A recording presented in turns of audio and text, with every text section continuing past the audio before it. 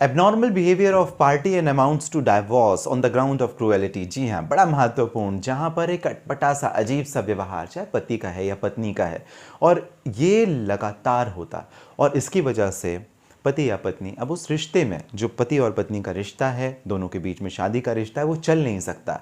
Court में बात गई और कोर्ट ने क्या निर्णय लिया? जी हाँ, वो जजमेंट था उमावर्ती वर्सेस अर्जुन देव का जजमेंट 1996 डीएमसी पेज नंबर 519।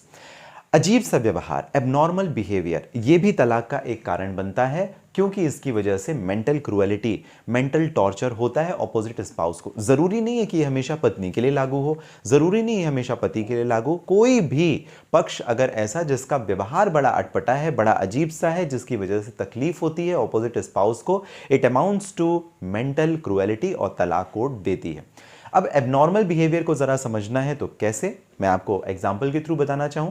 इस पर्टिकुलर केस में क्या हुआ था, उमावंती वर्सेस अर्जुन देव के केस में, जहां पर पत्नी ओथ के लिए जाने से मना कर दे, विटनेस बॉक्स में जज के सामने कटघरे में खड़े होने से मना कर दे, जज के बार बार कहने के बावजूद वो उसे इग्नोर करे या बिल्कुल विलफुली मना कर दे, मैं देना ही नहीं चाहती, तो फिर केस ही क्यों किया था? केस इन्होंने नहीं किया था, तलाक के लिए किया था, लेकिन ये मना कर देती हैं कि मैं विटनेस बॉक्स में आकर के अपने आप को टेस्टिफाई या ओथ नहीं दूंगी जज के सामने, तो फिर बात ही खत्म हो जाती। जज को ये व्यवहार समझ में नहीं आता और इसी बात का ऑब्जेक्शन जो है वो पति लेता है कि देखिए जज साहब, ऐसा ही जो एबनॉर्मल बिहेवियर है ना, वो लगातार करते रहती हैं। साथ ही साथ एक दूसरी स्थिति जहां पर 45 दिन के बाद बच्चे की डेथ हो जाती है और मेडिकल रिपोर्ट्स या बाकी सारी चीजों के बेस पर यह प्रूफ होता है कि जो ये बच्चा था इनका 45 दिन का, वो वाइफ की नेग्लिजेंस की वजह से खत्म हुआ।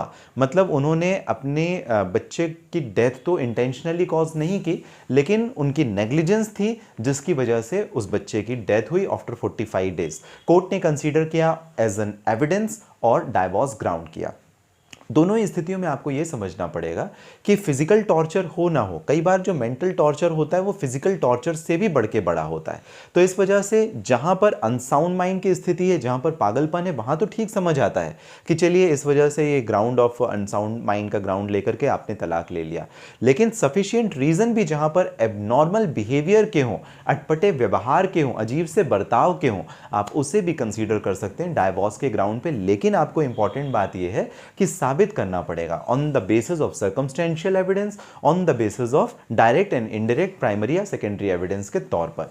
अगर आप नहीं साबित कर पाएंगे तो आपका केस वैसा का वैसा ही रह जाएगा, क्योंकि केवल आरोप लगा देने से बात नहीं बनेगी, आपको केस को साबित भी करना है। तो जहां पर ऐसी स्थिति है कि आप अजीब व्यवहार, एबनॉर्मल बिहेवियर अपने पति या पत्नी का करना चाहें, कोर्ट में दिखाना चाहें, तो उसके लिए प्रॉपर या सफिशिएंट आपके पास में रीजन होने चाहिए और वो कंडक्ट ऑफ पार्टी से काफ़ी एस्टैब्लिश होता है। जैसे यहाँ पर तो जज के सामने उसने कटघरे में आने से मना कर दिया, एविडेंस हुआ कि भाई मेडिकल डॉक्यूमेंट्स के बेस पे उसके बच्चे की डेथ 45 डेज के बाद में हो गई। तो ये सारी जो चीज़ें थी वो एक तरह से हस्बैंड की फेवर में आई। हस्बैंड के फेवर में आने से ये एस्टैब्लिश हुआ कि जी हाँ, ये मेंटल टॉर्चर था और ये हैवी था, एक फिजिकल टॉर्चर से भी, जो इंडिकेट करता है कि यहाँ पर जो इंटेंशन है रिस्पोंडेंट के, वो इंटेंशन इंडिकेट करते हैं कि उसका जो कंडक्ट है वो रिस्पोंडेंट के लिए क्रूएलिटी का है। खैर, बात है उमावंती वर्सेस अर्जुन देव का केस 1996 डीएमसी पेज नंबर 519। काफी महत्वपूर्ण है, इस वजह से